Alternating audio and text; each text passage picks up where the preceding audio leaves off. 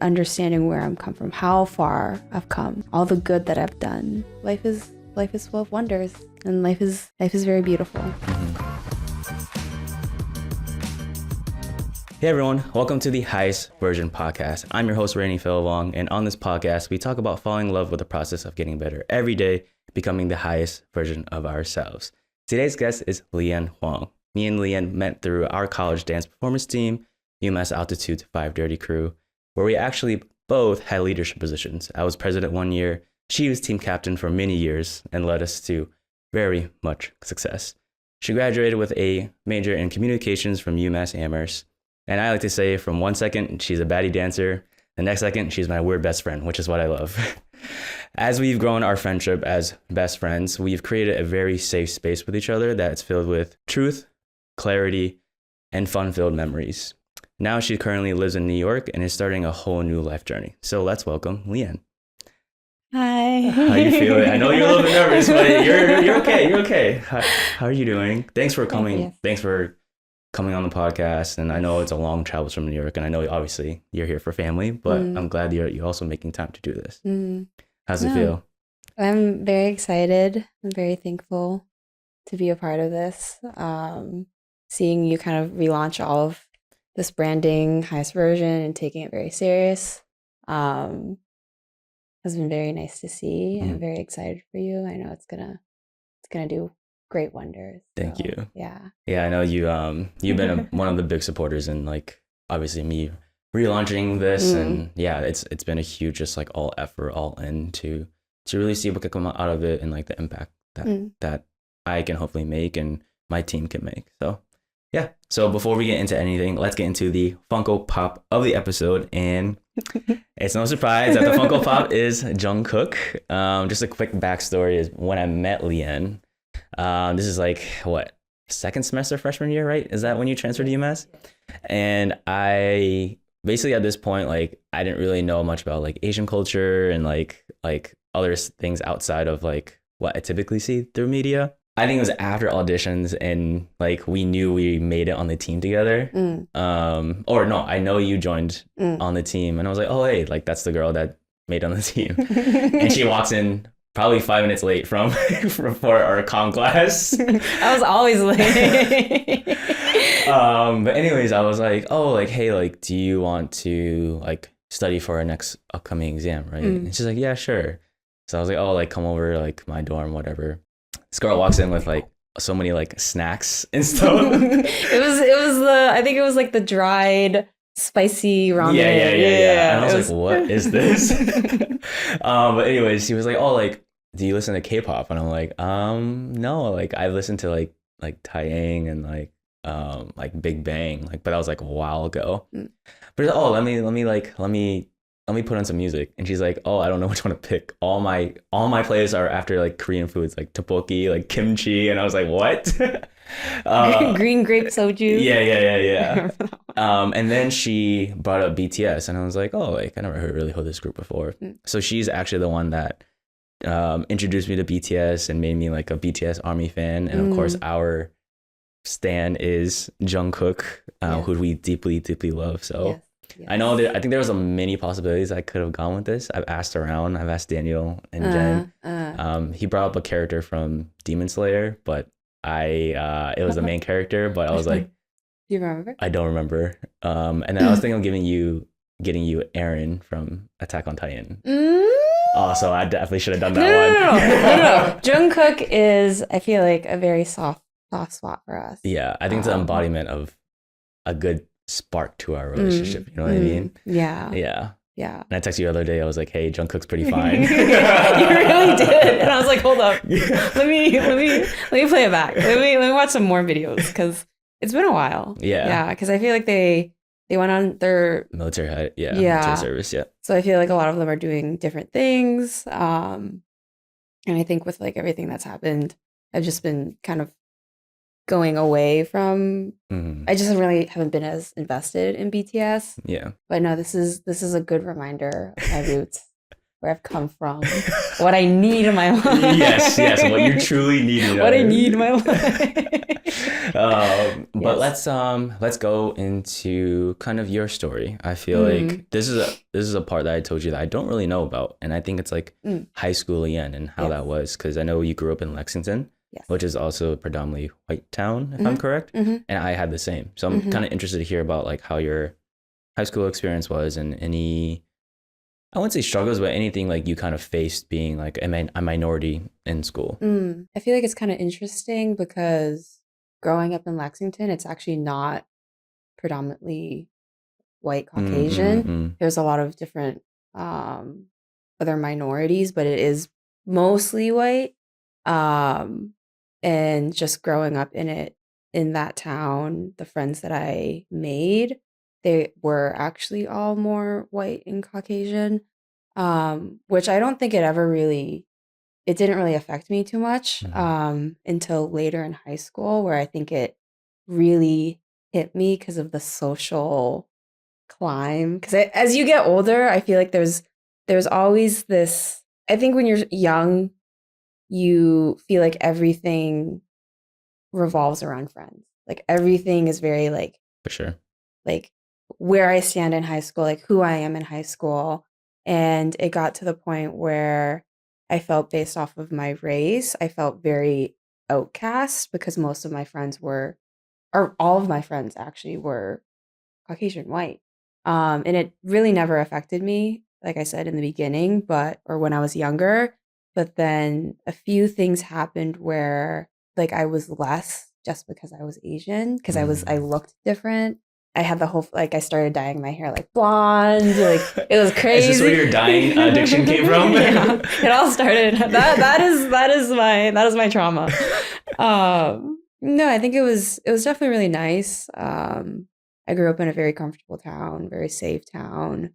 Towards the end of high school, there definitely was like that kind of crisis of, oh, like I've grown up not really focusing on my Asian roots.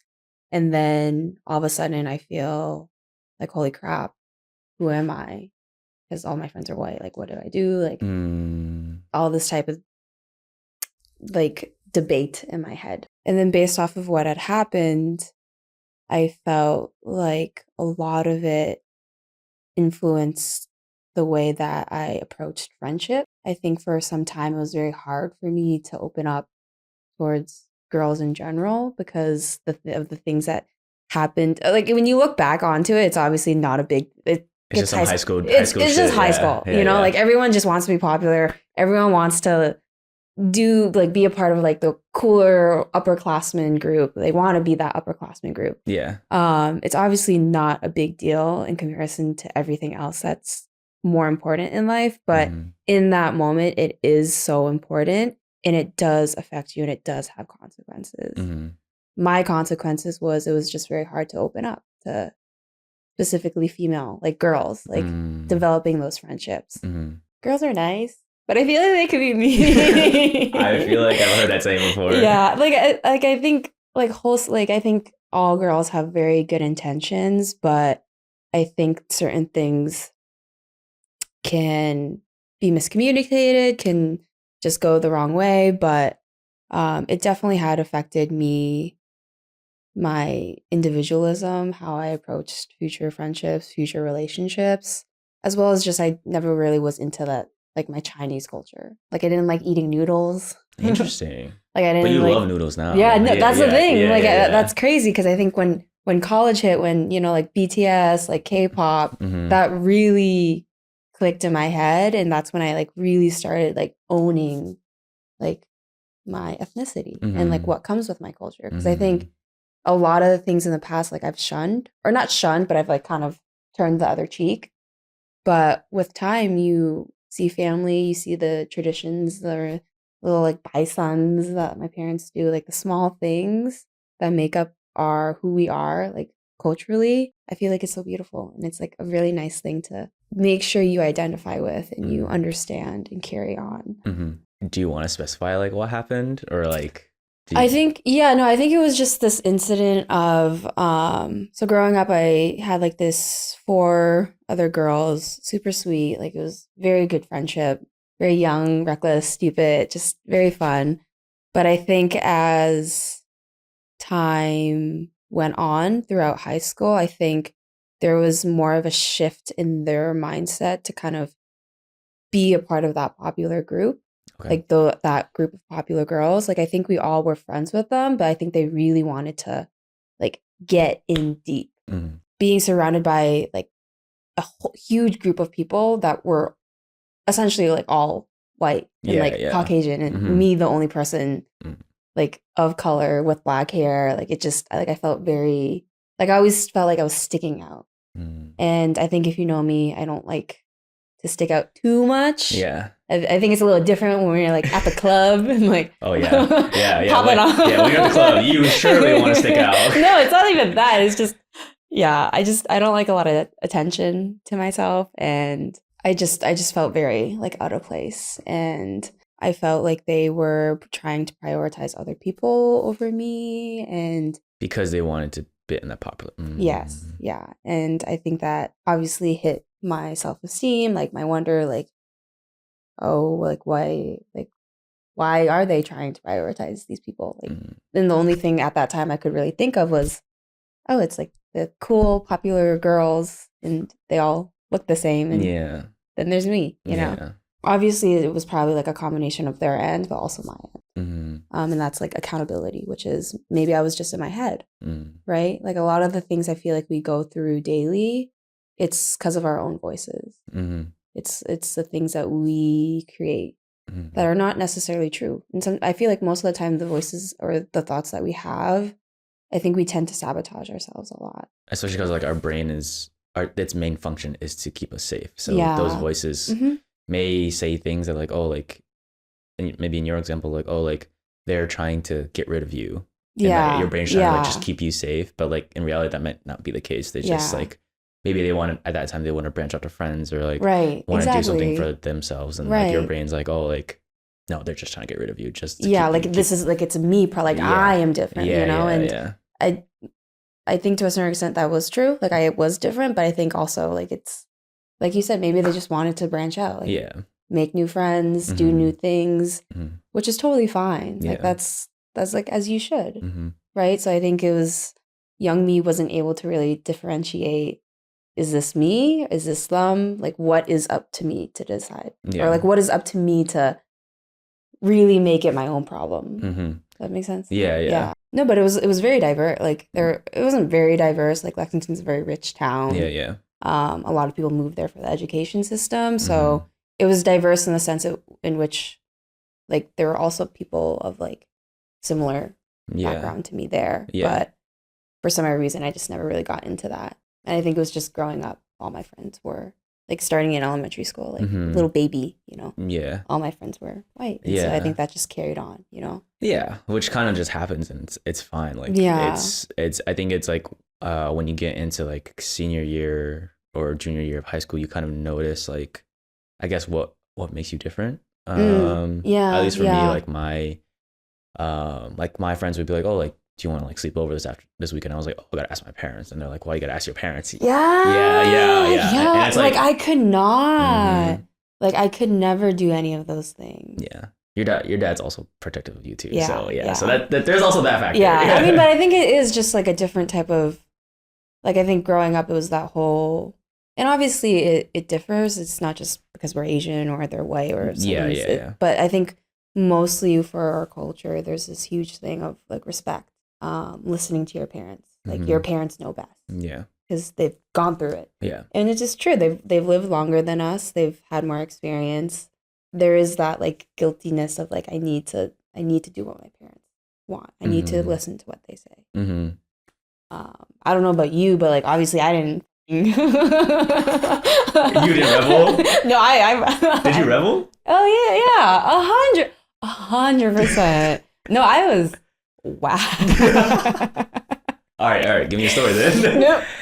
I wasn't goody two shoes to the T. Like sometimes I would sneak out, go like hang out with friends later because my curfew was at like 10 as a high schooler, and I'm like, why? Yeah. And it wasn't even a school night. It was like a Friday night or Saturday night. My parents just want me home because they know like I'm home. But yeah, sometimes I would like sneak out, like do stuff.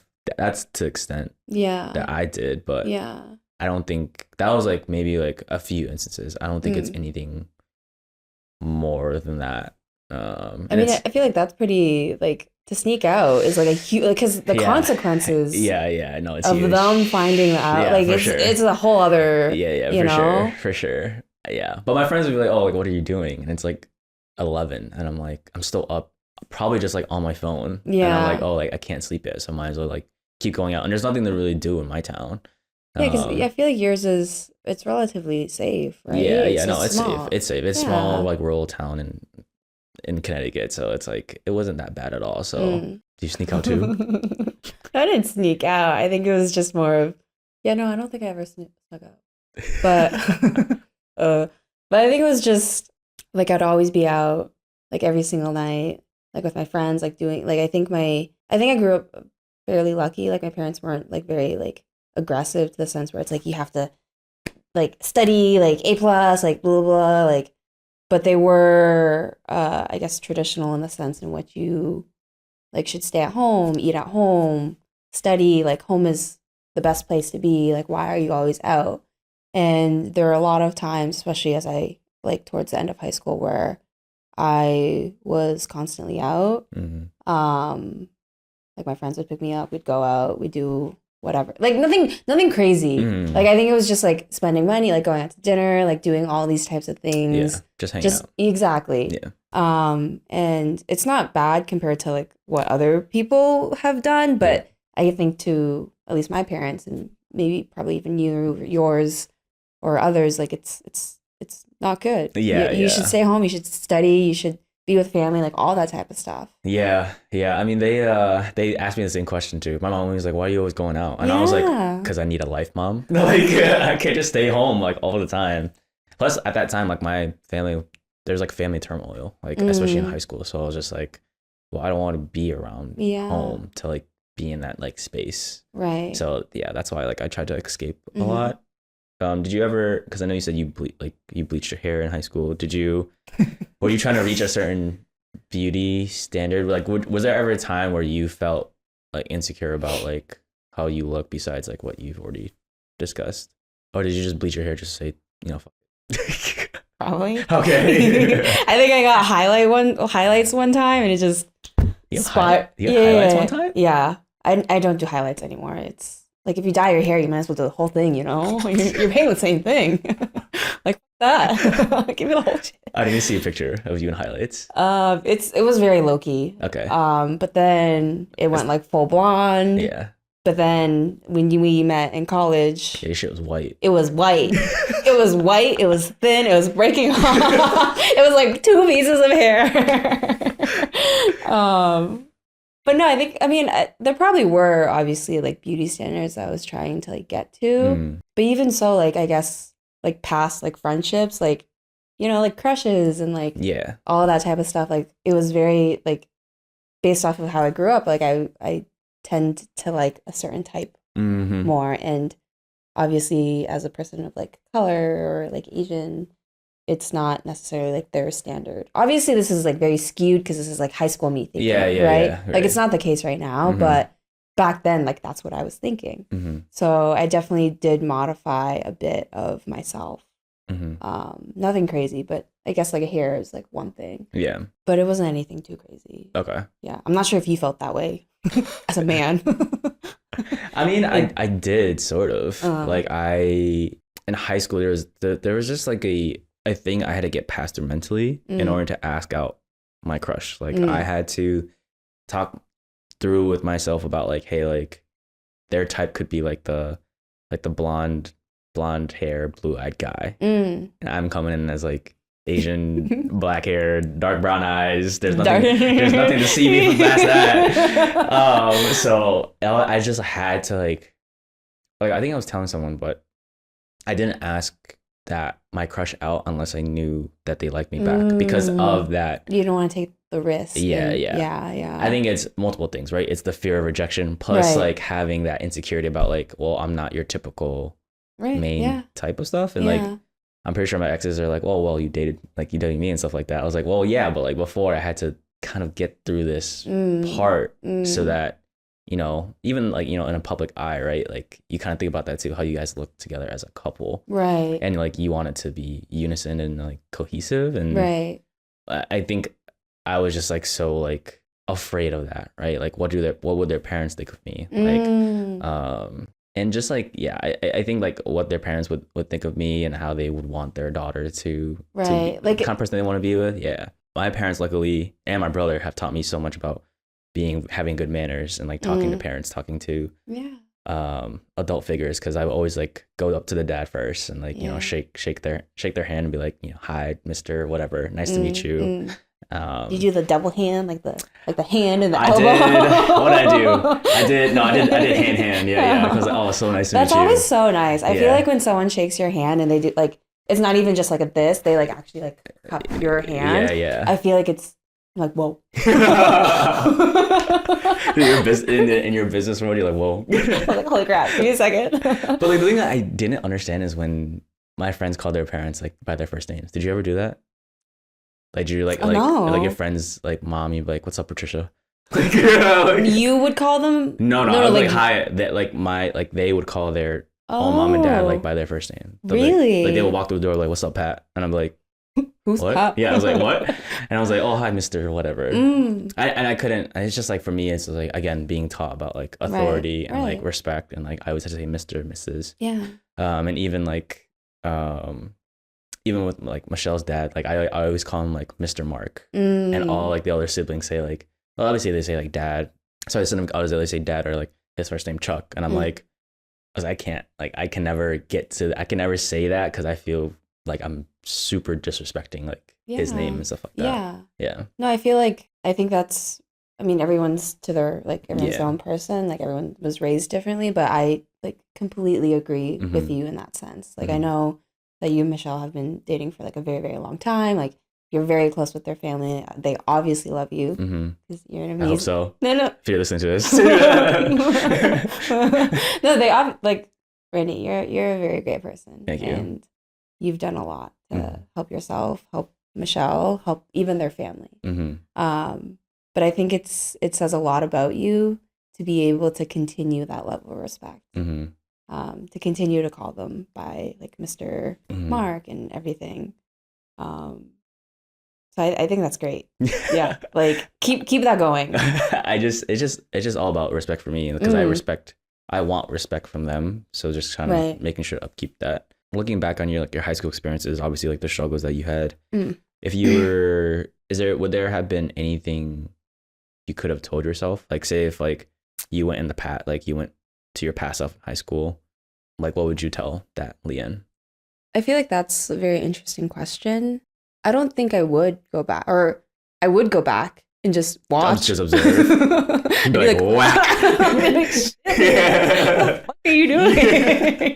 But I think it's more of, maybe it's just like how I understand or how I'm processing your question. I think personally, I don't think there is a necessity to, I guess, go back and tell myself something or like give myself advice, because I feel like every time we go through a period in life or an experience, like we live it in that moment. Like that is us. Like there's nothing that like me now could have gone back to little me to tell her, because she obviously want to understand. Right? Yeah. Because she was going through that moment. Like she needed to understand it.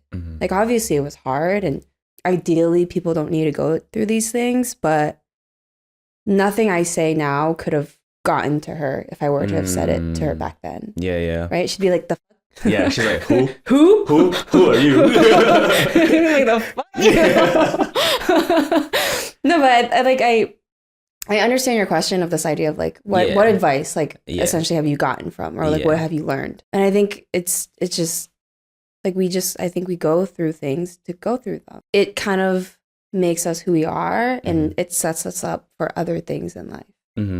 So you don't live with any regrets? No, we've talked about this. Like regrets is, I feel like, is the worst thing anyone can have, because there's literally no way that we can like go back and change or tell ourselves to do something, or so having regrets is just very toxic to one's like mental state and one's potential progress to the future. Right, because you're just stuck on what happened. Exactly. Yeah. And I think living with regrets is like one of the saddest things in life. And I hope no one goes through that.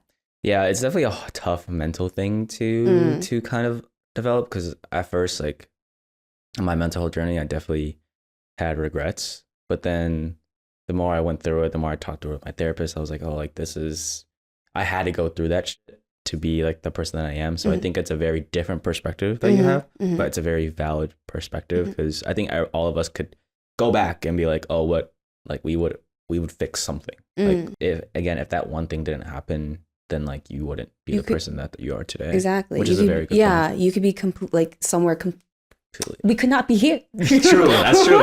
Like, who are you? I was kidding. No, but it's like obviously to a certain like degree, certain things are shit, and it's just like, damn, like that was fucked up. Like that was hard. Like not to, I guess, be delusional in that sense, but most of the time it's just like sometimes you just really need to like go through the thick of it. Obviously, like you could be like it's fair to be like, this is shit. Like this is fucked up. Like this sucks. Yeah. But I guess it's just taking things as they go and just really like go through life, and whatever happens is meant to happen, and you're supposed to learn from it. Whether it's now, a few days, weeks, months, years, there's always a reason behind things. And obviously if I told myself that, she'd be like, who are you? You'd be like, what the fuck are you talking about? Get the fuck out of here. Let me live. I'm trying to be my friends. Yeah.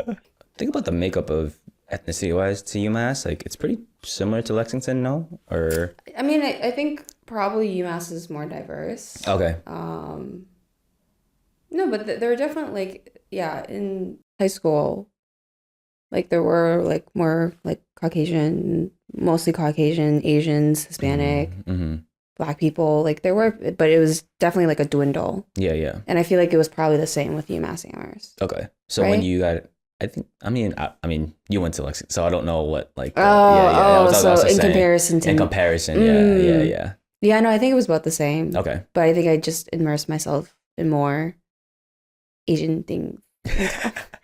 Well, when did K-pop come around? Did that come out in college? Or? No, so I think it was, so let's take a moment and thank Lien Huang for her brother. for my transition into K-pop, hence Randy's transition to I guess the BTS. I wouldn't be here without Lien Huang.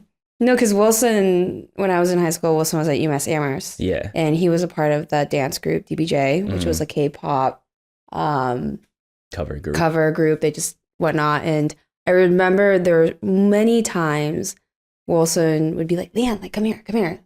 And he would try to show me like some like K-pop essentially. And I was like, what the f is this? I was like, Wilson, get me out of it. And he was like, no, like 30 more seconds, like watch it. And then I'd watch it, but I wouldn't really be paying attention. I didn't care. And this was all in high school. When I got to UMass Amherst, I honestly don't know. But one time he ended up like still trying to show me. And I was like, ooh. Was it a BTS video? Yeah, was it? Okay, I'm pretty sure it was like Blood, Sweat, Tears. Oh, okay. Yeah, which is kind of wanky, that video. Their music video is a little ooh.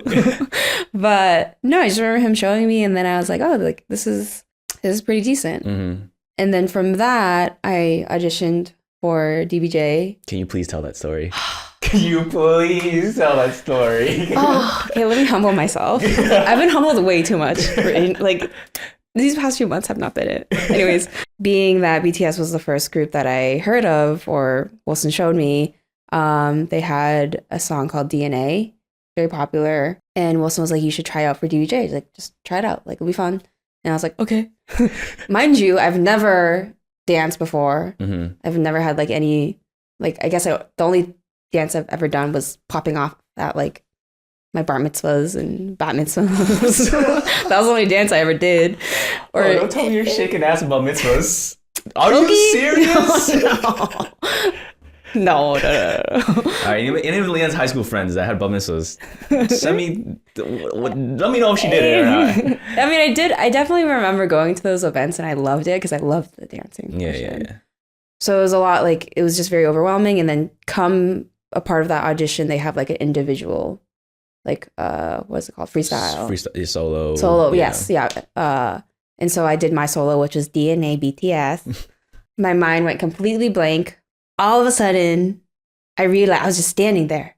And everyone was watching me. The auditionees, the alumni of DBJ, like people in DBJ, they're just all like, and I was just standing there, and there's a part of the dance that goes like, DNA. Yeah, so you hit your forearm 3 times. No. I was literally.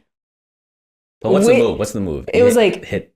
Do you hit it 3 times? Hit your forearm 3 times? I can't remember specifics, but I think it was just like DNA. So maybe 3 times actually. Okay, so she's hitting her forearm. If you guys are just listening, she's hitting her arm 3 times. If you're not familiar with BTS's choreography with DNA, or you could take a pause, and if you really wanted to, you could. Yeah, just go watch it. You'll think it's just worth go it. watch it. It's worth it. Just watch it. Okay, sorry, go ahead. No, it's okay. But I just remember doing it, and then there was that part of the song where we were just like DNA. So I was like waiting for it. And it never came. And it was like it felt like 20 seconds. I was just standing there, and I was like. And then it came and it was like DNA, and I was like, holy, it was so bad. It was, and like, obviously I didn't make it that semester. And I just remember going back to my dorm and crying in the bathroom because it was just so embarrassing. Like my brother was there. Yeah. Did your brother say anything? I'm pretty sure Wilson says. Wilson, what did you say? Because we were like, damn. I was also like, damn. So you got it wrong. Yeah. No, because I think I did it, like, it was like my first time ever doing any of that. So I think I did it decent. Yeah. But I think it was just I wasn't able to pick up the talk choreo, the second talk choreo, and I obviously fucked up my solo. Yeah, the timing, yeah. But I think I did pretty decent for not having any experience at all. But it was definitely traumatizing. Actually, to this day. She's like, I can't listen to that song today. Till this day. Before we get into altitude, if you guys didn't know, and if there are any like UMass altitude members currently that are on the dance team, you can thank Lien for the name altitude because she came up with that. Yes. So she credit her for the new name. Five Dirty Crew, which is the performance team, is still the same name. Still credit that to like the B-boys before the us and original Lane and stuff like that. I just want to point that out because I think sometimes I forget. I was like, oh yeah, Lien was the one that picked the name. Well, I suggested that name and then we all agreed like, this is we should change. Because before it was Hip Hop Culture Organization. Yeah. And at the time with that, we didn't feel that really embodied what our club was because we wanted to expand outside of hip hop itself. And our dancers weren't just like specifically hip hop in itself. What made you audition for Five Dirty? Also, the fact that you didn't really dance before is kind of crazy. Wait, so I gotta say, when were you first exposed to dance? Was it because of Wilson? Like, yeah, so it really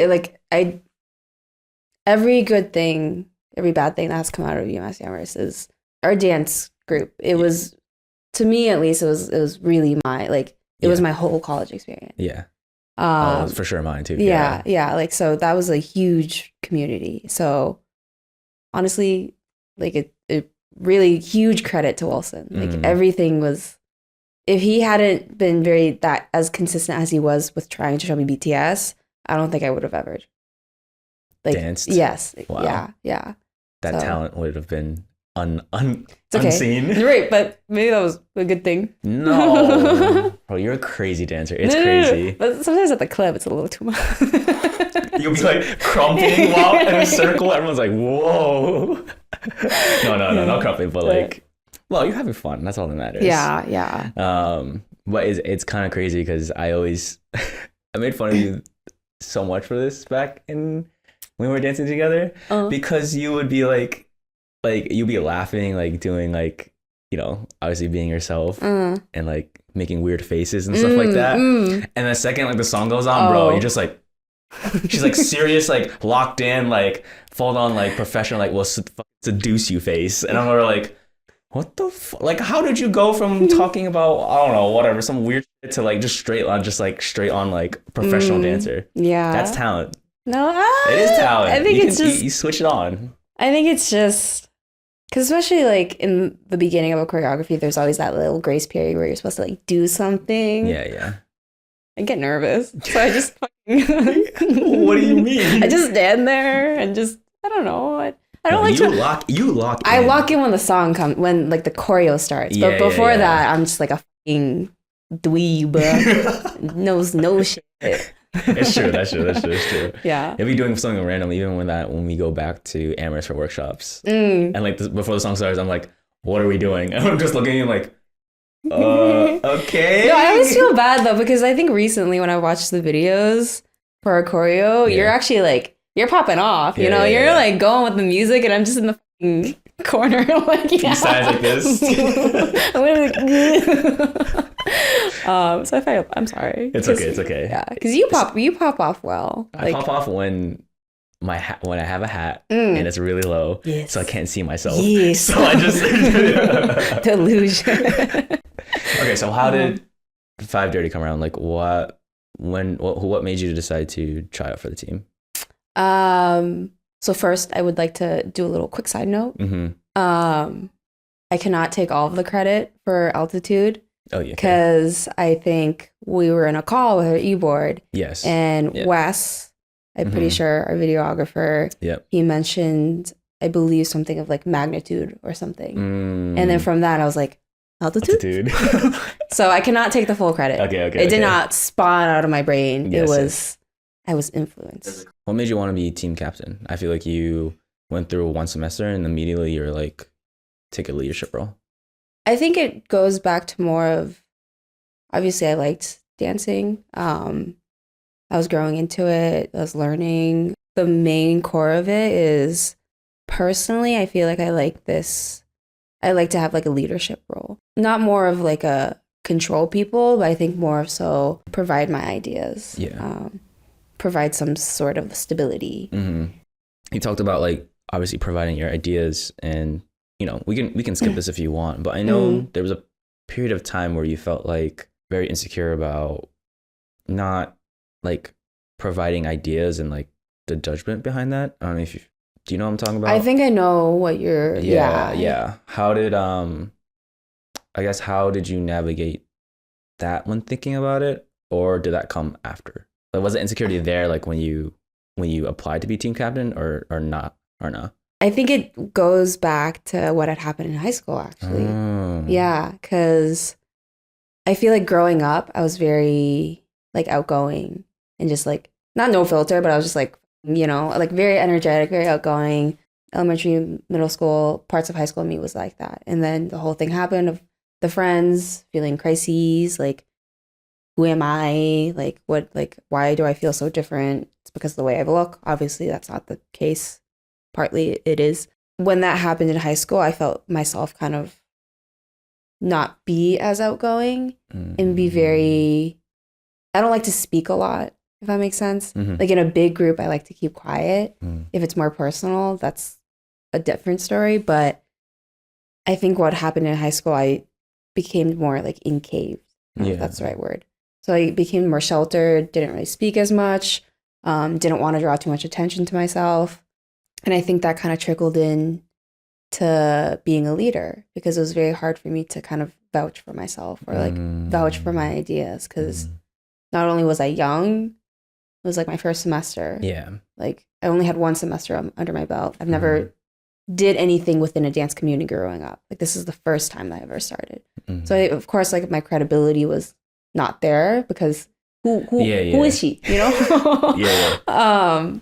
And so I think it was just like a bunch of things. Like it was feeling pressure from like the upperclassmen. Obviously it was self-inflicted. I think it was just me wanting to do good, stand my pace, like stand up for myself, have these ideas, but also be dealing with that trauma that I had in high school of not feeling good enough. Yeah. And I think it was just like with time I learned to like stand up for myself. Like if these people really respect me, like I should, you know, speak up. Yeah. Yeah, I was wondering like if that was like just a motive behind you taking a leadership position, because I know like we've had deep conversations about that as well. I'm pretty sure I dedicate more time to dance than I did to my actual education. No, 100% me. Yeah. Like 1,000% me. Yeah, Like you probably did well at least though. Like you tried to like manage it. Like you probably got good grades. I actually never asked you about like, hey, how'd you do on this or ever. It's because you didn't need to, Randy. You knew. You knew. No. You knew. This girl's always late to class. Like, I don't know shit. Sometimes you didn't show up. I'm like, yo, you coming to class today? She's like, nah. Luckily, it's like in a 400, 500 like lecture, so it doesn't really matter. Yeah. But if she was late, you would be in the front of the class. No, but it was tough though because I think that you probably could have gone through the back, but I only knew the way going through like the front. Okay, gotcha. So you never knew. Okay, yeah. So I had to be in the front. Okay. I had to, you know. Well, we always be dancing like at parties and stuff, and this is my trend. You didn't know, but before you came, I would always go to like white fraternities to party. I'd be like, oh, like yo, everyone get a circle's formed, right? I was like, oh shit, it's my time. It's my time. It's my time. What Randy was born to do. Yeah. But then the only thing would be like a guy like doing the worm, and the crowd would be going crazy. You know Honestly, what I mean? that's pretty impressive. Not gonna lie. Okay. That's pretty. But like, good job to that guy that Randy's referring to. All right, good job. But I hope you're doing well. But your whole body is touching the gross floor that's like dirt but that's and alcohol. That's low-key respect. All right. No, I get it. Obviously, she's giving me more respect. But like, but I'll be like, oh, like I'll be like dancing and stuff, and like there's like no reaction. I'm like, all right, I'm gonna go myself then. cry in the corner. Yeah. But then at like the Asian frat parties, that's where I was like, oh, like I actually feel like people understand. Well, also our dance team was there, so they know. Yeah. And you would go first because you would be popping off because you're trying to get in your zone, and then I would always be the victim of getting dragged in by her. You're my go-to. And I was like, I don't want to do this. I was like, where's Randy? Yeah. I was like, I don't want to do this. Yeah. But she would force me, and then no, but I feel like whenever you would pop off. Like it was a good. Mine was like a hoey pop off. Yours was like a actual like dang pop off. Yeah, but the video. Sometimes you look at the videos the next day, we're like, what are we doing? What are we doing? That always happens. It's always like, what are we doing? Like you think you're so good, and the next day you're like, oh shit, that looks terrible. No, that literally happened. Like I would never look at videos the night after. Yeah, but like Leon, look. She's like, I don't want to see it. I don't want to see it. I don't want to see this. That's not me. And then obviously we've, as a strong friendship, like any other strong friendship, we've had our tough times too. Yeah. But I think what a lot of people can learn from us, like through our friendship, is just not being afraid to have those difficult conversations, because it obviously builds character, and I feel like we have so much love for each other, and it's because we like been through our own trials and tribulations with one another. Like for example, like when I was going through my depression and stuff, going through therapy, and I recall like there was a time, obviously, like you had a perspective of me. I felt sad that you did have, but I know that like I was trying to figure out the facts and making sure like it was right. And I was like, hey, like, well, the perspective that I had was like, oh, like Lien told me like that I wasn't a good person. But then when I confronted you, you're like, oh, I actually like didn't say that. Like I may have this perspective, but I didn't say that. But because of what happened, I conjured that up in my mind, which made me carry that for a while, which carried on the depression. So like having that difficult conversation like really opened my eyes up, like, oh, what I think is true actually isn't. Easy conversation to have. Yeah. Because I think in the beginning of it, I was so like, yeah, you did. Like you definitely did. And then you kind of like were recalling all that, like obviously recalling your own memories, and you kind of told me like from your perspective. Now I believe that I don't think you did. I think it's because of how much I valued your opinion of me, that like I thought that was your perspective, therefore that's what you said, therefore that's like, you know, how I thought. So I think from your perspective, when I first confronted you about that, I guess like how did you feel, / do you think that was a turning point for our friendship? I definitely remember getting that message. It was through good old Facebook Messenger. Yeah. And I remember seeing it, and like a huge, like I felt like a weight because I know that at that time you're obviously going through like a lot of things, like mental like battles, like trying to figure out like who you are, what you wanted to do. You're also trying to mend some personal traumas. So I knew that there was a lot going on in your life at that time. And when you sent me that message, it was this huge weight of, I can't believe it. I like was contributing to that. It did throw me off because I feel like even though at that time you were going through a lot, I felt like we were better. But I think it was kind of that like unspoken, like there was always that underlying issue. Yeah. I don't know if there was like a turning point in our friendship, but I think it was just that consistency of us being there for each other that really like prolonged it. Yeah, maybe there was, I don't think there was a turning point. Or maybe it was to you, like you being able to feel like, yes, I can finally go to Lien and like ask her this. Which props to you, because to a certain extent, that's like confrontation. And that's not an easy thing to do. Yeah, you know I don't like confrontation. No. Yeah, you and me, you know, you and me, Randy. Maybe that's why it took so long. You know, but confrontation is hard. Like props to you for being able to do that. Especially when it is with someone that you really care for. I think it just really goes to show that as much of how important actions are, words are also still important. Because words linger. Yeah. And people have the power to interpret that differently. Like you honestly could say like the most straightforward thing, but they could interpret in a billion different types of ways. Right. And then they take with the version that suits them in that moment the best. And they run with it. And so, and it kind of ties into this idea of like the thoughts that you have or the way that you think is kind of a reflection of where you are personally. Yeah. You know, and I think maybe it was a combination of I may have said things and you took them differently. Yeah. And that's not like I was right or you're wrong. Like how could you? Like, of course, like, no, like you are your own person as anyone is. Take anything as you want, interpret it as you can, move forward with it, address it. And if it's worth actually really trying to like understand, then put in the effort. And I'm very glad that despite that miscommunication that we had, like you still stuck around to confront and to address that issue. Yeah. And I'm very thankful for that. Even though it was kind of, you know, like so random. No, it wasn't random, but like I knew you were addressing certain things in your life. And at that point, I felt like we had grown very like fond of each other, like very comfortable. Something that was brushed under the rug that I needed to address in order for me to like move forward, like with myself mentally. Yeah. And obviously that's not the only difficult conversation we had. Like there was a time where, leading practice during COVID and like, I was like stressed. And then like, I know you wanted to like, because of COVID and we had practices over Zoom, you wanted to make sure like there was a community regardless of whether we were practicing or not. But I was so focused on like, because at that time I was like teaching my choreo. I kind of just said like, oh, like, no, we don't need community questions. Like we need to just go. At that time, I didn't realize how much that hurt you until like you brought it up. And I know it took a lot for you to bring it up. Yeah. Because at, well, you know this, but for the viewers, like me and Lien lived with each other like, during COVID, our senior year. Yeah.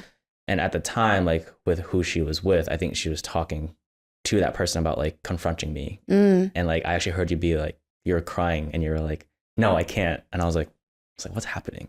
I was like, are you guys fighting? And then you came out and then we had that conversation. Oh, I didn't even realize. But like, it kind of, I know it also takes a lot for you to confront. So I was like, oh, like this was really hurting her for a while and she didn't tell me anything. So I felt super bad about it. But I know we like talked it through and was like, oh, like this is my perspective, this is yours. And we ended the conversation with like a hug because we were like understand where you're coming from. You understand where I was in my perspective. Again, it's just these conversations that you have with friends. We create a space with each other where it's like, we can tell each other anything. Like, and if something actually did offend one another, like we can bring it up sooner rather than like later on, you know what I mean? Yeah. I mean, sometimes like we brush things off, but I think it's because it's like, oh, like I'll get over it in a day or something. But if it's longer than that, then we'll say something. So I think for those who are maybe going through like friend issues, or maybe there's something you want to bring up to them, I think it's like just have that conversation, because me and Lien have like a really amazing friendship in my eyes. So like, and I think it's stronger than it's ever been. So I feel like it's because of those difficult conversations we've had. Just be truthful with each other is basically all I'm trying to say. I think we've also really seen each other at our worst. Yeah, that's true. We've seen each other at our worst. No, I think confrontation is hard for a lot of people just because they don't want to disrupt what is currently happening. Yeah. Especially if it's a pretty decent flow, pretty decent environment. Confrontation can be a little tricky because not only are you disrupting it, but you could be potentially opening something. Yeah. Yes, like a can of worms. It's very important because despite what you say to a certain degree, if a person really cares for you, like they will meet you somewhat halfway, right? I think a lot of us are afraid to confront because we're afraid of, like, how will this person respond? Yeah. What if I lose this person? What if it takes us 10 steps back rather than a few steps forward? But you have to keep in mind, like, sometimes taking a step, like 10 steps back, allows you to shift your position to walk in the right road. So just because you're going back, that doesn't necessarily mean it's a bad thing. Yeah. And that could be applied to anything, whether it's like a friendship, a partnership, family, career, personal. I think it's important to understand that sometimes it's important to take a step back. And if that's what happens within that friendship. Because with the right people, it's always going to be hard. Yeah. But with the right people, it's worth it. Yeah. Either way, true colors will be shown. Yes. Yeah. Yes. Yeah. And then you're like, oh, do you really want to be with this person? Like, you tried to explain yourself, you tried to be vulnerable or do whatever, and it didn't work out. At least you know that you spoke your truth, and however they take it is however they take it. And that's how you move on with your life. Exactly. Yeah. And just because they didn't accept it or they did something different, that doesn't mean they're the bad person or you're the bad person. It's just you guys are different. Yep. And you just have to accept that. And I think what we also need to do, not with each other, but in general, I think it's very easy for us to it's easy for us to take things personally. Yeah, for sure. Yeah. Yes. I think for us, it's hard because we tend to think, oh, like, why is this? Is this my, like, am I a problem? Yeah. Yeah. Yeah. And then maybe, because I do feel like we're very similar in some senses. Yeah. So maybe that's why I think that explains why we've been able to understand each other more and have been able to grow as close as we have. But I do feel like it can be kind of like, oh, Randy, I don't want to, like, like, oh, Lien, like, I don't want to, like, put this thing on her mind. I think we know how to say it. You know, if we actually did it, we know how to say it without making other person feel like, oh, like, it's personal. Right. You know what I mean? Like, it's more like, hey, this is just how I feel. Like, I'm just telling you my truth, and that's all it is. And like, I want to talk this out with you. That's why I'm bringing it up. You know what I mean? Yeah. Yeah. No, I think we've definitely have grown a lot, like, as individuals, as well as friends to each other. Yeah, for sure. So let's speed up to currently. You recently moved to New York. How's that feel? How is it like dating your mid-20s? Guys, she's single. Well, you don't have to tell everyone. No, just kidding. Let me drink my tea. Let me do my marketing. For you guys listening, she's holding a highest version cup currently. Yes, they're very nice mugs. I mean, I feel like it's too early to tell. Yeah. Like, it's only been 2-3 months, and I moved in September, but within that time since now, I've been traveling a little bit, so it's never. You never concretely. Right. Yeah. I feel like I've come back to Boston a decent amount. Yeah. I feel like every time I tell my parents, they're like, they like chuckle and they're like, so I think it's obviously too early to tell, but I think regardless, I'm very happy. Something could happen where I'm like, shit, gotta go back. Gotta pack it up. And I think I talked to you about this, but it was the whole mindset of just no regrets. Yeah. I feel like it sounds so silly to say, like, no regrets. Yeah, because we always think of that scene in Weird Village. Yeah. No, but honestly, it's just, you don't want to ever be in a position of like, what if I did this? It's better to do something, realize it's like shitty, because then you realize, right? You tried. You know what's up, right? Yes. I'm picking up what you're putting down as you give me your look. Oh, of course you understand. Yeah, I think I've definitely been adjusting. Still trying to figure out my ground. Specifically Williamsburg. It's a little different than like Manhattan, like the city, but it's very busy, which I really like. But it's nice to come back home because it's like a quiet. Yeah. The biggest thing for me is just not getting overwhelmed. Yeah. Because the move to New York was very cool. It was like I literally told you like a week before I did it. Yeah. Like, what? Right, but I think that's like it's like it had nothing to do with you. Yeah. Or like how close because I obviously feel very close to you. Yeah. I think it's like we don't need to debate that. Yeah. Like I love you, you love me. Like we're like it's good. Yeah. Right. But it had everything to do with me and just me trying to figure out what I needed to do. Yeah. Right? Exploring yourself. Exactly. Yeah. And when I was ready, I would tell you. And when I was ready, I did tell you. I mean, I teared up, but I was like, oh, that was good. I was like, this is what I want for you. Just because I know at that time your mental space wasn't the best, and I feel like a new environment would have been like, and obviously you have talked about so much about like moving to the city and like a lot of stuff. You've been enjoying the city so far. You've been going out. I don't know. Crazy. Just kidding. How much do you check my location? I don't check your location that often, okay? What do you mean? I don't. Sometimes if I'm up at like 2 a.m., I'm like curious. I'm like, she out or what? But not that often. Not that often. No, I remember. Sometimes I try to be an overprotective dad, but like, that's fine. Yeah. I do remember that time when I brought a new man's in my life. You're like, yeah. I was like, who the fuck is this? Trying to. But there's nothing there. That's not true. Getting there. Randy, you're getting a good pump. Getting there. You're getting a good pump. Appreciate it. Yeah. But what is like a big transition that you had to make from like Boston to New York? Is it just like the busyness of it? Obviously you're living in a smaller space than you did at home.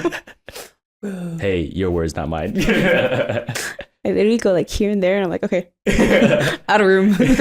But I think it's just not getting overwhelmed. I feel like I had this tendency to feel like I needed to like fast pace. Like I need to know my answers, or I need to do this, I need to do that. Like if a whole day is wasted, then it's wasted. But sometimes being constantly on the go is more detrimental than it does to aid the progress. And I think the biggest thing that I was the biggest thing that I'm still even adjusting to is just not feeling too overwhelmed. Because there's a lot of things, like moving to a whole new city, there's so much to unpack. Not only are you finding yourself in a new city, you're building new friendships, potential partnerships, like hobbies, like getting back into hobbies, discovering new hobbies, but then also trying to discover the city. But then at the same time, you're also working. You're trying to keep up physically, like physical health, mental health. Like there's so much going on. And then sometimes in a day, it doesn't feel like there's enough time. Yeah. And I think everyone can identify that, where it's like, holy crap, the days are already like, I just want to hang, Yeah. But then when I hang, I feel lazy, which is very tough. Yeah. And I think it's what I'm trying to understand or trying to get better at is understanding that it's okay to have those days where I'm just literally existing. Yeah. Because those moments are nice too. As a reminder that you always tell me, you gotta rest. Yeah, rest is important. Yeah. Because you really can't, like it's always good to have like a good work ethic. Yeah. Work ethic is very important in you, which you clearly have. Like if you're constantly turning the wheel, like it's gonna get like cogged up, it's gonna get damaged. Like you need to take time to sometimes just let it sit. Yeah. Maybe like dash a little oil in it, Well, yeah. So rest is important, and I've just been trying to not overwhelm myself. Right. If you put in perspective, like my whole life, only not even 3 months of it has been in New York City. Yeah. Right. I can't create these expectations without giving it actual time. Obviously I can have like goals to like aspire to. Yeah. I'm just trying to stay sane with all the wackos going on. Like, Fair enough. Fair enough. But I guess how's your dating life? How's that going? What you even look? What's a good few sentences to embody how dating in your mid-20s is like? I think that was it. It was just a chuckle. Honestly, it's a wonderful experience. Definitely challenging. Definitely can get overwhelming. Especially in a new city, it's not even just about like a partner. It's about other relations, like friends, all that type of stuff. It's very nice to just meet people. But I think dating wise, it's obviously a little interesting. It's different than when you're like meeting friends or meeting people, right? There's a little heat to like dating. You know? Yeah. Obviously it's like low-key fucked up in New York City. But I've only been there for like 3 months, so I can't really say. Yeah. But there's a lot going on. It's a bit silly. If you guys don't see her face right now, she's a very like just like concerned face. It's a bit silly. It's an experience nonetheless. And I think as everything in life, it's an experience, and you take it as it is, and then you just move forward. You can't ever like, I think one thing that I've realized with dating is like, I'm not gonna like try to force it. Yeah. There's no need to force it. Like if it happens, it happens. Yeah. Like if I see this person, I see this person. There's so much happening. And depending on who you are, whether if you like value a relationship more than say like a hobby, then you'll put more energy in that. And as I feel like I'm similar, like I appreciate good, genuine relations, whether it's with a friend or with a partner. But in order to get that, like you shouldn't ever have to like push or force. Yeah. Like it will come nonetheless. Which you told me you've gotten the short end of the stick sometimes when that happens. Like being humbled. Yeah. Moral of the podcast, I have been humbled. But like I live vicariously through your stories, which we won't go into. But like it's hard. Just like hearing from your end, like it's just super hard nowadays. I don't know. I don't know if it's like just. I mean, I think it was that moment was really hard. Like I was like very. Just in general, you know. But like I'm a baddie, Randy. Like I should be fine. I shouldn't be fucked up over these incidents. But no, but that's the thing. Like love is strong though. Yeah. Like I feel like it's not even love. Yeah. But I think it's more of, I think in New York it feels like there's like this constant like fast, like I gotta keep on going. Like I think since we're talking about partners, like dating, this is what I'm referring to. But in New York City, it's like it doesn't work out, move on. You know, like there's so many like eligible people out there. There's so many different things to do. Like, why are you tripped up over this person that gave you the minimum, which is fair. Yeah. But at the same time, it's like, I understand that, but knowing me as a person, like I need to feel this through. Like, I'm not going to like if I'm feeling down, if I'm feeling confused, sad, angry, I can't just turn it off and be like, all right, like, let's fucking go, you know? Like, it's obviously people can do that. And to a certain extent, it's good to have that mindset. But what I really believe in is like, sometimes you just really need to go through it. You know, like you may not get your answers. You may not ever understand why, but you really just need to feel it. Because if you're able to heal from that now, you can properly move on and start seeing people again. Without having like this person, this wacko. I'm just kidding. He's not whack. She like maybe she just eye twitched. No. There's a lot of things you learn from meeting people. You do you. I'ma do me. I'ma just be sad for a little bit, but like catch me. Catch me at the club. Catch me at the club. No. What goals do you have for the upcoming year? I'd like to feel more secure on my next steps. Okay. Because I think right now I'm just kind of still banking on this idea of like, should I stay or should I leave? Like I'm very comfortable. Like I feel strong in my position and like what I do, but I feel like I really need that growth. But I have this mindset of sometimes you just need to stick it out a little longer to really know. And I think that's where I'm at right now. It's like I haven't stuck it out as long. Yeah. I feel like a lot of people our age are probably in that same position. Like, do you stay? Do you go? Like, I recently just left the job I had outside of college. And that's because I needed growth. I needed work-life balance. I needed a lot of things that currently that company couldn't offer. And I moved on to my new one, and that's been going well so far. So yeah. So that's professionally. Anything else? Or is that like the main focus? That's all I've got time for. No, I'm just kidding.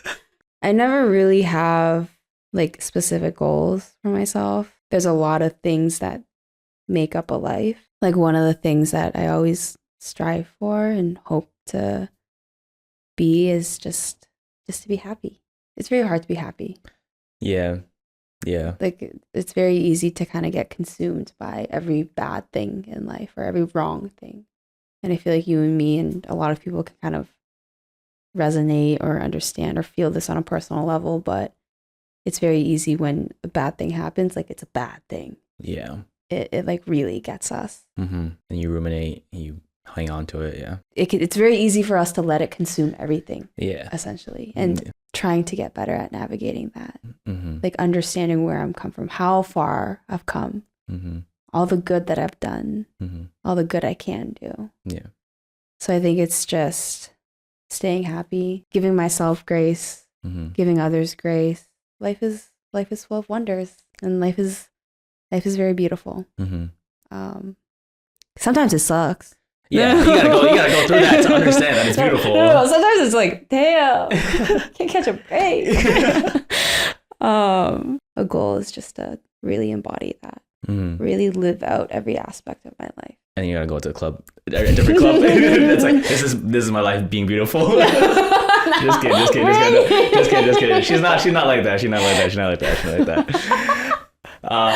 I'm not gonna ask you the 3-word question that you don't like. Someone will rephrase it. No, it's okay. Like let it hit. Let it hit. You want it to hit? Oh shit! It's okay. So there's a thing. If you ask Lien, "Are you okay?" for some reason, tears will just start welling. We're like, "What happened?" So I guess Lien, are you okay? How is your current mental health? It's actually kind of crazy. No. See, she was almost gonna shed a tear, you guys. No, I don't even know why that happens. Maybe it's just I don't know either. I think very emotional, very sensitive. We feel. It's actually kind of crazy. Not my mental health. What I was trying to say earlier, which is a month ago, I think someone asked me if I was okay. Okay. For the first time. Like usually you obviously say like, yeah, like I'm good, like I'm okay. And then like cry. But like, whoa, I am good. But like, yeah. Yeah, that's literally me. That's what happened so many times. But yeah, like I think when I was back, I think like a week ago actually, or 2-3 weeks ago, someone asked me if I was okay. And I was like, wow, I really am good. Like it just hit me because for most of it, like 99% of the time, it's like, yeah, I'm good. Yeah, that's like that was like probably 1 out of 1,000 that she says, yeah, I'm actually happy. Like I'm actually like obviously there are things that I wish are different, but when I take a step back and look at the bigger picture of it all, like I really am good, which is nice to have. Very refreshing. Trust me, I still have my days where I'm like, like the other day,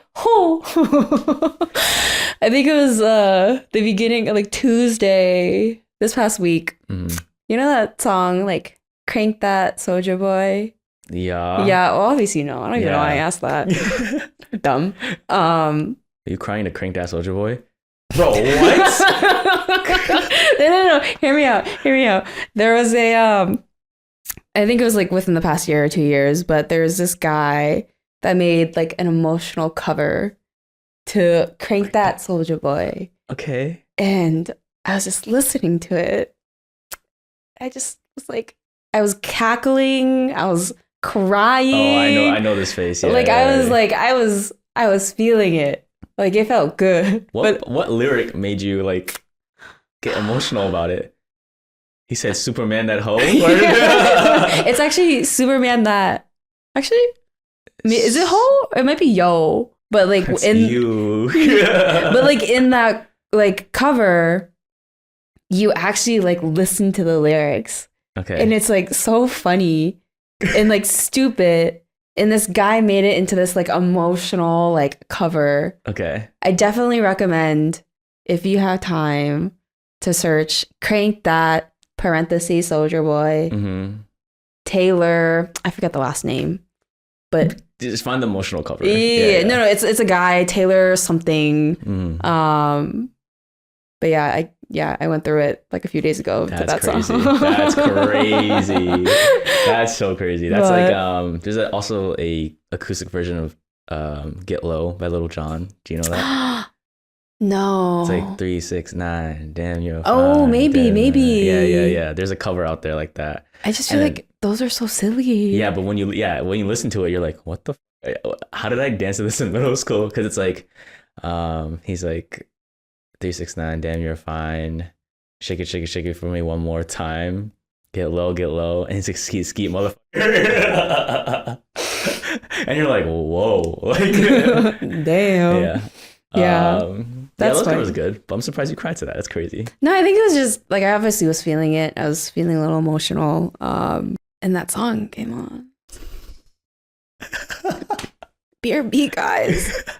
And then, as you know, when I find a song that I like, you play it 10 I million play it times. on repeat, nonstop.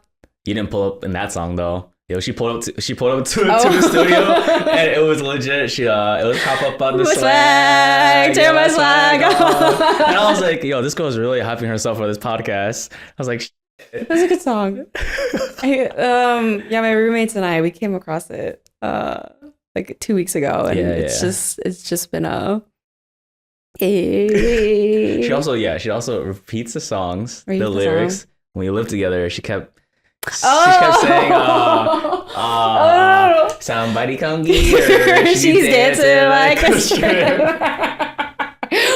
Every time, like, yo, shut up. Especially in the shower. I feel like that bathroom had like good like acoustics. Yeah, it was like it was the time. Stupid. I totally forgot about that. Okay, so well, I'm glad that you are happy. And that's all I ever want for you is to be happy. I know that you went through a lot of stuff in this past year. So I'm glad that you are on the upward trend, and I hope it continues to stay. I will still forever be your unofficial protective brother when it comes to new guys in your life. So yeah, I have nothing to show, but I'm still going to be like, hey, buddy. But let's get into kind of like a game of mine that I like to play here. It's called song association. So I give you a word, and you gotta think of a lyric, like to like sing slash. You can just say the lyrics too. So for the first time, I'm actually gonna use like a random word generator, and see what a word will come for you. Home. It's by Meghan Trainor. I'll be. I can't say it without singing it. Go ahead. It's like I'm not gonna sing, Randy. Okay. My singing's horrible. Not that we just sang come get her stripper and all this stuff just now. That's a little different. It's like I'll be home. Oh, I know what you're talking about. Okay. That is like one of my favorite Christmas songs. Okay. Nice. Yeah. Very good job. Yeah, thank you. So before we get into questions from the audience, I just want to say thank you for coming on. I much appreciate it. We've gone through friendship. We've gone through a lot of things together. And, this part of this new journey that you're on, I hope it's filled with happiness. It's also filled with growth experiences. And I couldn't be any more happy for you on this new journey. And I love you. I love you too. And I hope you continue to be a part of it as well. Yeah, of course. I'll always be there. When the new guy comes in, it's like... She's like, win. No, I'm good. I am. Yeah, she can hold her own. Apparently, I won't say it. Didn't you go to fight someone the other night? Oh, yeah. Okay, we won't get into it. I could. Not this podcast. This is the highest version of it. Sorry, my bad. Okay, so let's go for questions from the audience. Okay. One is from your best friend, Michelle Mark. What is your Favorite Christmas movie and song? I feel like Harry Potter is like a good like series to watch because it's like very like Yeah. I feel like that encapsulates like a lot of Yeah. don't hate. I'm sorry. As much as I love Christmas, I don't have like a good like You don't go even to like Home Alone or like one of those like cheesy like Christmas movies? No. No? Fair enough. Megan actually said, how do you stay motivated to run? If you guys didn't know, Lien is an athlete. I'm athletic. She says athletic. And she recently just ran a half marathon. No, but like I am though.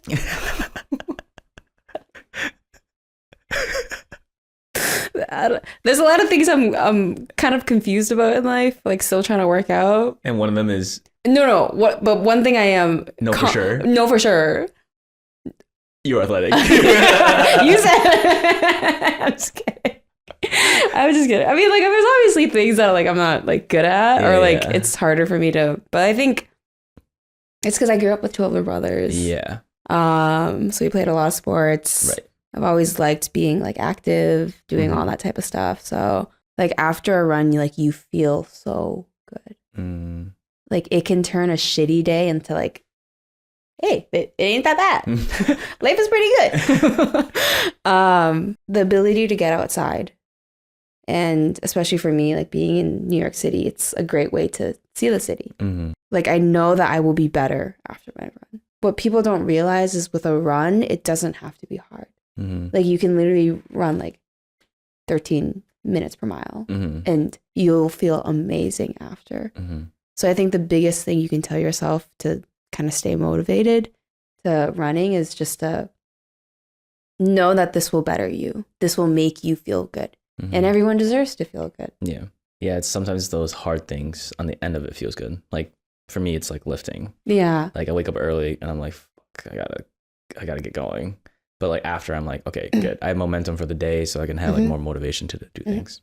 For me, it's like helping heal my inner child because I felt like I was always insecure about how small I was. So it's more about like proving to myself like I can get there. You know what I mean? Yeah. And I think that's my motivation like behind that and continue it on to next year. I think sometimes it's frustrating when you feel like you don't see results, you know, like on lifting, like you have to like, it's consistency and discipline. And then like, you may not see it in that week, but you'll see it like a month or two later, you know, as long as you're consistent and disciplined in it. I mean, I feel like that's a lot of things, like specifically with lifting, like you don't even notice. Yeah. Until like one day someone's like, oh, damn. Yeah. Yeah. Haven't done that yet. I'm just kidding. Michelle told me. Oh, damn, Randy. That is, you look good. Michelle tells me. I appreciate her for doing that. Yeah. No, but it's the small things. Like it's a consistent effort. I'm a firm believer that as long as you're consistent, whatever it is in life, like it will reward you in some way or another. Yeah. Like it will always come back. Yeah. This last question, I think I don't know, it's random. I don't know if it's an inside joke, but Jen asked you what type are you? I don't know. Sadly. Is this an inside joke or something? Yeah, we got coffee yesterday. And we were just talking because I like donated blood once, like in middle school, high school. Can you? I don't know. I don't know either. I don't know. We're here. We don't know. Don't flag us. But no, I donated blood. Yeah, but I don't remember. Okay, that's fine. You kind of touched base on this, but if you were to sit down with a younger version of Lien, what would you say to her? You're wonderful. You're a beautiful person. And you are you. So it will be okay. It will be more than okay. Beautiful. Is there, besides that, you think there's any advice that that you would give her, or no? You would kind of leave her with those words? Something that I've recently have come to terms with and have learned. It's a blessing and it's a privilege to feel like so much is happening to you. I feel like in our life, we I think it's very easy to feel like one thing is happening right after the other. Like this happens, then this happens, then this happens. It's kind of the idea of like you feel like you can't catch a break. And obviously sometimes that sucks because you're like constantly on the move and like sometimes it's just like you really need a break. But how I have come to terms with a lot of things and a lot of problems that I have is it really is like a privilege to have these problems. Like on a very surface level, it's, oh, do I go for a run? I'm very lazy, like, or I don't feel good, or today was a bad day. But then there are some people that don't even have the opportunity to even experience that. The reason why things feel like overwhelming or things happen one after the other, it's not because life sucks or life is horrible or life is unkind or it's sabotaging you. I think it's because life knows that you're worth another experience or worth another opportunity. And so it keeps on moving. Mm-hmm. And I think the biggest thing that I would tell myself is that you also deserve to move with it. Obviously take it at your own pace. Like no one's saying like run, like speed, but you can take it on your own pace. But I think regardless of who you are, you deserve to move on with life. Life is good. Life is full of wonder, love, laughter, a lot of good things. So my second question is, what does becoming the highest version of yourself mean to you, and how are you doing that today? Being content with the good and bad in life. Because as I think we talked earlier, I think it's very easy to categorize the bad as bad. Like it's horrible, like it sucks, like why the fuck is this happening to me? But in hopefully most cases in most people's life, like the bad is something that you can actually learn from. And being the highest version is understanding those moments where it's okay to have bad, it's okay to go through bad, it's okay to be bad, just as important as it's okay to be great. Every like bad thing that has happened or that will happen will shape you into that good. Trying to have a balance between those things and coexist is important. And I think a way for me to trying to get to that is, I guess, just living life as it is. Knowing that I am enough, knowing that what I'm doing is enough, understanding that just because something is the way it is now, it doesn't necessarily mean that it will always be that way. And in order for me to get to the highest version of myself and just be happy, be content, love the bad, love the good, is to think for myself. Yeah, you're taking life as is, which is a very unique perspective because I feel like everyone, obviously we all would want the good experiences, but it's those difficult experiences that help us like really get to the place that we want to be, especially when it comes to like people that want to achieve like bigger things. Like you have to go through struggles to understand what it takes to get to that level that nobody gets to. Moving on to my third question, if you could connect me with someone to come on this podcast, who would you connect me with and why? You know what I'm gonna say. Oh, you can just say it. It's not Wilson Huang. Is it Wilson Huang? Yo, wait, I have a list. Hey, give me your top two. I've been maxed at like, I give max 2, like allowed. But like 3 is a good number. All right, just cause for you get 3, yeah, 3 your number. Go ahead. 3 is my favorite number. That's my other fun fact. Quick fact. Obviously, Michelle Mark. Beautiful Michelle Mark. I think that'd be very interesting. Not because you guys are partners, obviously. Like obviously that's a little a little juice.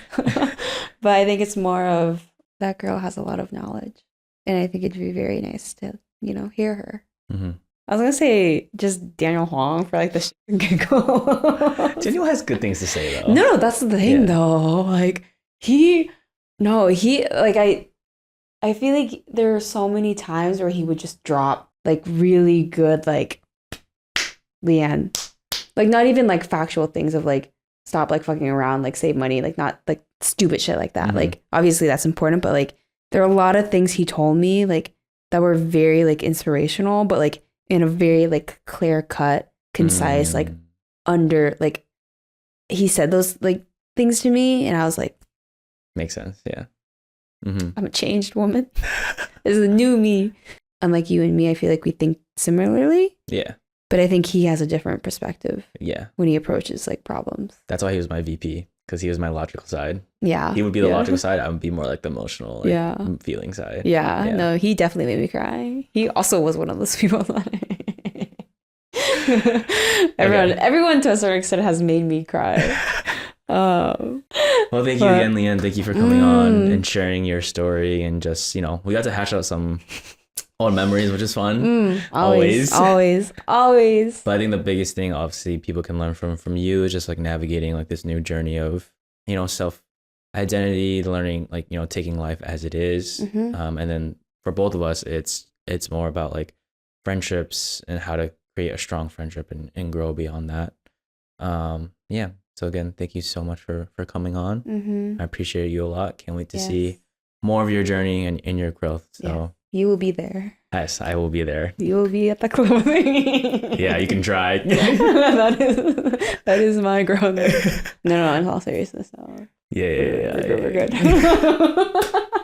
All right, guys. Well, thank you so much for listening. I really hope you guys like this episode. Yes. If anything resonated with you, please share, like, subscribe, build a community, make our impact greater than it is right now. Again, I just want to say thank you to you guys for all your love and support. Thanksgiving has passed from this filming, but it made me realize about how much I'm grateful for the community and just the viewership and support that all of you guys have been given me in this journey. So thank you so much. And as always, let's fall in love with the process of getting better every day and becoming the highest version of ourselves. Love you guys.